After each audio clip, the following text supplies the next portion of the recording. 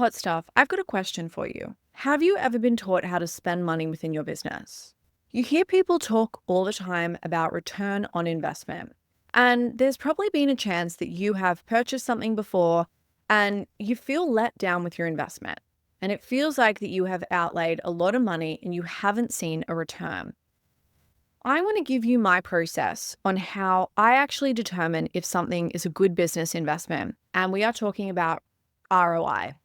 Now, ROI is usually spoken about in terms of I have outlaid $1,000 and I have made in return $4,000. You've had like positive ROI from that. But for me, I think in business, because we are in this for the long game, it's not like that we make, if we spend $1 today, it's like we have to make it back the next day. Otherwise, we've lost all our money. And I think that there are some intangible things that we can pay for. So if you would have asked me 3 years ago what I would deem ROI other than like an initial cash return, I would have said that I will pay for 4 things.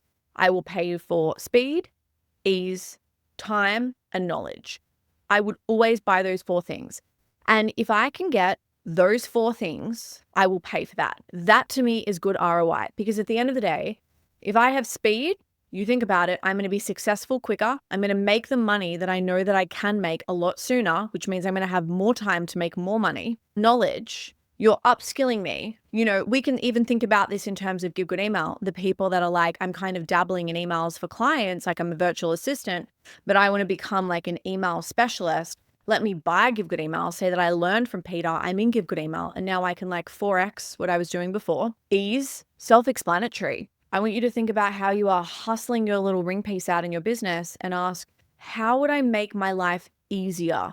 Where can I have spaciousness so I am less prone to feeling like that I'm working all the time or working on tasks that I could outsource to someone else, which is then going to free up my time to make more money in my business, which is really the last point as well, time. It's like paying for time, paying to get time back. And you hear this all the time when you'll hear like millionaires and stuff be interviewed and they're like, I don't do my washing, I don't clean my house, I don't do any of that. I outsource all of that so I can get my time back so I can work more. Now, what I'm also adding to that is status. It's been really interesting that, having a beautiful co-working space in Toorak, which is, I think, the richest suburb in the whole of Melbourne, and how people now perceive my business. It's so funny. People walk into my co-working space, and even if I was yet to make a single dollar, they would immediately think that I was successful compared to running my business out of my home. It's the same for the fact that I'm on like a little business staycation. I want you to think about when you first saw that I was away doing a business staycation because I was wanting to record my podcast here instead of my office. You probably thought her business is doing pretty well if she's doing that. And that's exactly why I would add status now into that mix, because especially if it is giving the perception of doing well, I would pay for that, which is why, I know we've spoken on the podcast before where it's like when you're not doing well is when you need to dress well, wear your good clothes, put an effort in, because people will automatically assume that you are doing well. Like if you dress like you are winning, they assume that you are winning. Let's have a conversation. Now, I've got some notes here. So I want you to think about something that you've purchased before. Maybe it was like a little coaching container or a program or a course.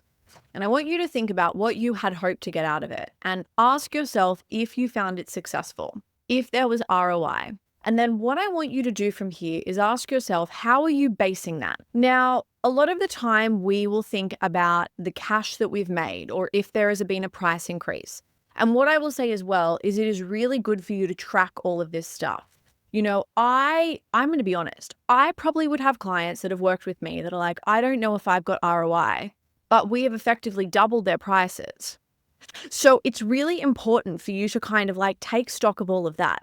Because at the end of the day, if you're doubling your prices, you have already got more return on investment if you are charging more money for the same service and the same deliverables. You feel me? So this also comes back to like what is actually advantageous for your business growth. Imagine if you get the confidence to actually show up in your business and posture like the expert that you are. Imagine if you now learn how to make a decision. So this comes back to so much around what do you actually need within your business to go to that next level? Or when we think about your goal, what is it that you actually need? And ask yourself, what is preventing you from getting there?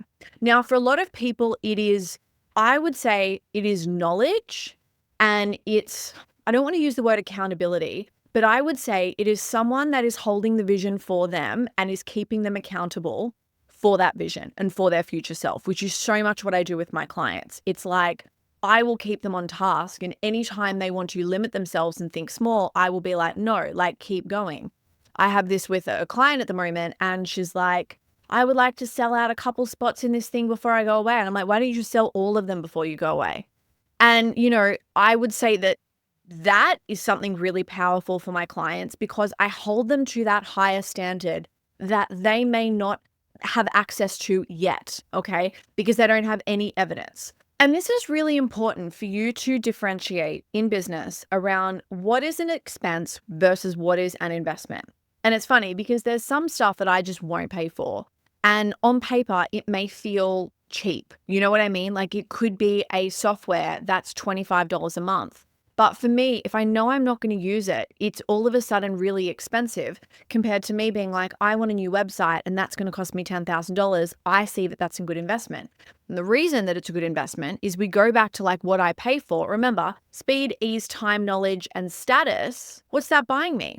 Okay, cool. It's buying me status. It's buying me ease. I haven't had to do that myself. So if it meets those two things, for me, that is a good investment. I want to say too, I also know myself. And what I mean by this is I know myself to show up, and I know what this means for my business. This is why sometimes you'll have people that will purchase like a $25,000 mastermind, and they're like, my whole business changed and I bought this mastermind. And sometimes it's actually not about the mastermind. It's about making the decision of being the person that spends $25,000 on something, and then you step into that new identity. It's like, next year, I want to bring out a version higher than Business Bang. It's like, Business Bang is incredible for what it is. I want to work with people where it's like, what is that next stage? And I know I'm going to have some clients who are like, holy shit, I want to get there. I want to get myself ready to be in that room with those people. And then it's so funny, they will spend the money, and it's like they will just already integrate that as part of their personality as someone who does that. So what you can think about here, and maybe this is where you get to revisit some investments that you have once purchased that you maybe felt let down on because you didn't really get the cash return that you thought that you would. I want you to initially look past the cash return and ask yourself, am I learning a lifelong skill? Am I learning something that I can take in what I'm doing now into the rest of my business? Am I growing? Will this help my reputation? Will this elevate my status? How much time will this save me? Will these people expand me? Is this a good community where I feel like that I am going to be able to grow? Like, is this a very important room for me to be in? Will I overcome a mental block? Will I become the most expanded version of me? Will I step into a new identity? Am I going to have like a creative fire lit like underneath my ass? Or am I just making this investment because I'm hoping to make like a quick buck? I want to say too that, not so much in this business, but when I had my studio, I remember investing in some Pilates training where I felt like it was a bit, ugh. And there's nothing worse than when you have shown up to something and you kind of just feel like that you could do a bit of a better job. And what I did with this is I reframed it. How good is it that my knowledge is at a level where I feel like that I could teach this? And maybe that's teaching me something that I should be getting into more education and more teaching. And I want to say, as we're having this conversation, this isn't me saying, go and spend the money and you'll get it back, because and if you've ever had a call with me, I don't like that. Okay. I don't want the urgency to make your money back immediately. I think that that's a real huge thing. But what I would really get clear on is it's like, what else are you going to learn with the thing? What skills are going to come with that? There have been times when I have bought something and I feel like that, again, it's me being leveled up in my identity. What I loved about like booking my little staycation is, what has that bought me? Has this had ROI? I would say it's bought me ease and it's bought me status. It's bought me status because, people would be looking at me on Instagram and they're like, oh my gosh, she's away again. She's not even anywhere exciting. She's like 2K from her house. Her business must be doing well. It buys me that. And it also buys me, I'm going to say, maybe a bit of ease. And the reason I say this is because I batch record and I know that I now have podcast content that's going to be rolling out for like the next month. So this is where you can think about investments that you want to make in your business. Like if you're holding yourself back because it feels indulgent to get a website, or if it feels really indulgent to get pictures, like this is where you need to determine your ROI. Like if you want to use my little formula, speed, ease, time, knowledge, status, go for it. But this is where you need to ask yourself, what is important for you? For me, I will always buy speed because I know I'm really fucking good. And the quicker that I can get really good results and elevate my brand, the sooner that I'm discovered by all of these people, the sooner I have that impact. Why the fuck would I want to prolong that? So of course I will pay for that. And this is where if you work out what is important to you, it's going to be really easy for you to make decisions and just be like, that feels like a hard no, or I'm not really sure about this. Like when I look at my co-working space, I had looked at actually elevating from my desk to an office, and I think I pay, how much do I pay? I think I pay for my desk a month. It's currently like $800, and moving to an office would have cost me $2,500. And I asked myself, is there ROI? And the answer was no, right? It's like, would it get me more status? Not really. Because the thing is, there are people who have desks that have like huge development and construction companies. So it doesn't really matter where you sit. Like everyone's fine. It's like, we're in the fucking building. Is it going to buy me speed? Not really. I'm just going to have four walls around me. Is it going to buy me time? Oh, maybe I'm going to be a bit more dedicated. Is it going to buy me ease? No. Is it going to buy me knowledge? No. There we go. Not a good investment. And this is where you can audit everything in your business. Like you can think about something that you're paying for now and ask yourself, what are you getting out of it? Am I getting ROI? For me, if I am getting one of those 5 things, I know that it will lead to money. I know it 100% will lead to money. Even if I don't have the money with me at the moment, even if I can't see that cash benefit, if I can't look at my bank account and I was like, well, that's a good choice. I know that if I have at least one of those areas, it will lead to cash. And I think this is sometimes where money can be such a short-term goal, and where you don't want to just fall into the trap of just wanting to make a quick buck and not actually building something that is sustainable. We can look at this where it's like, if we're talking about investments and investing, it's like we are investing in our future. Are we just going to buy something that feels like it's going to skyrocket overnight and then just crumble a week from now? Or are we actually buying something that is going to compound?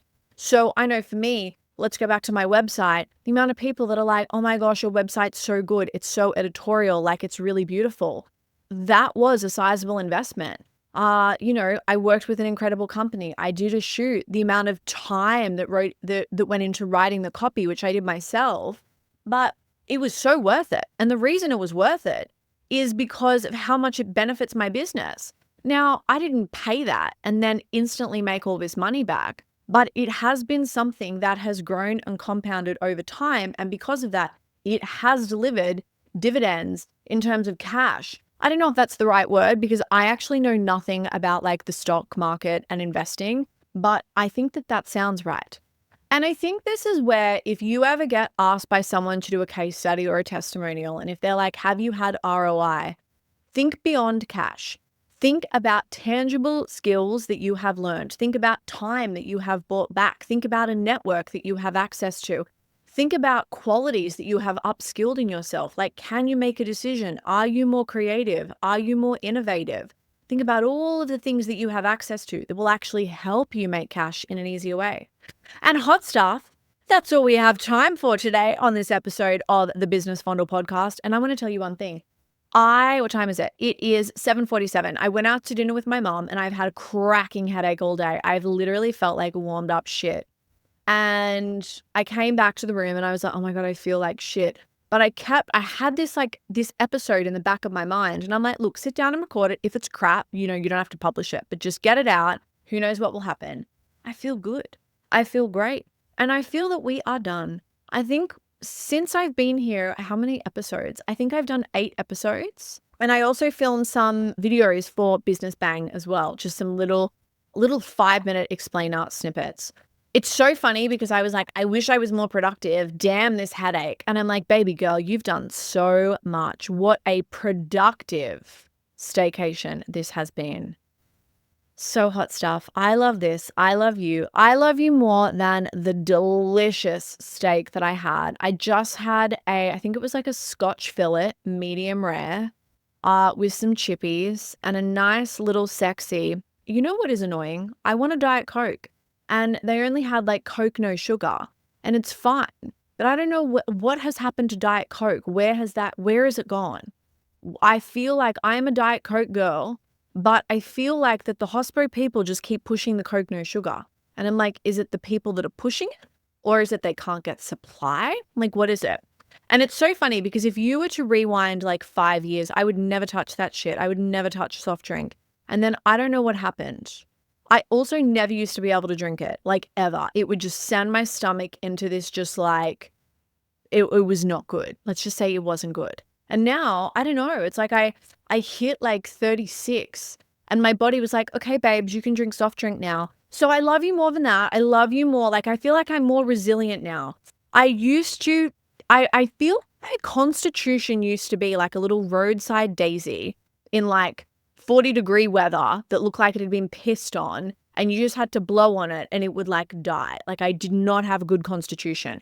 Now I feel like, touch wood, I feel like I am robust. And I feel like that this is shown in the fact that I can drink diet drinks and I have absolutely no problem. So I love you more than that. I love you more than I've got my dress on and it's a halter neck and I've got like obviously huge boobs in case you didn't know. Maybe you don't know. Maybe you've just stumbled upon this podcast and you're like, what's this about? But I've tied it differently. I kind of had it as a halter neck and I'm like, let's just change the front. Let's like bring it around the front and we'll do like a little tie and we'll tie it around the neck. And I was like, we love like a little multi-way dress. So I love you more than that. And I love you more than the night that I am about to have. So after dinner, I wandered up to Coles and I bought some Loco Love chocolate. I bought the chewy caramel and I think there's collagen in there, so naturally health food. If I'm feeling like it, I do have another Diet Coke in the fridge, which I may have. And I'm looking at the bed. Oh my God, love a hotel bed. But before I go into bed, I'm going to have a nice hot shower. Oh, hot shower, everything shower, shave my legs, moisturize, and then I'm going to slip into that bed. Everything's going to feel so good. I'm going to put on a movie. I'm going to have my chocolate. I'm either going to have a tea or I'm going to have like a nice little Diet Coke and I'm just going to chill. And I'm going to feel proud of myself for the work that I've done. Hopefully you've loved the podcast episodes that I've created for you. Something that's really funny, and I was talking to my friend about this the other day. I said, there have been times when I feel like I've done a really good episode and people don't love it as much as the stuff that I've done that I feel like is just a bit, like it's not that great. Like it's okay, but maybe it hasn't been, like I feel like I haven't been able to get the words out or it's felt a bit like rambly or not as like strong as it could be. And she had said the same. She'd said, yeah, like I feel like sometimes my episodes, and I was like, oh, that's a bit mediocre, are the ones that people are obsessed with. And I think that this is so much about like, sometimes you just have to say like the right thing for a person that is experiencing something in the moment. And that for them is just so good. So take the pressure off everything needing to be a fucking work of art. I think about this a lot with like old mate Stephen Bartlett, who has like 600 people on his podcast. Actually, he doesn't have that many. I think it's like 35 or 40 staff. And then I look at me in my little hotel room with my mic resting on my tissue box, being like, look at me changing the world and I'm doing it all by myself. Hot stuff. I love this. I love you. And I'll see you on the next episode. Mwah.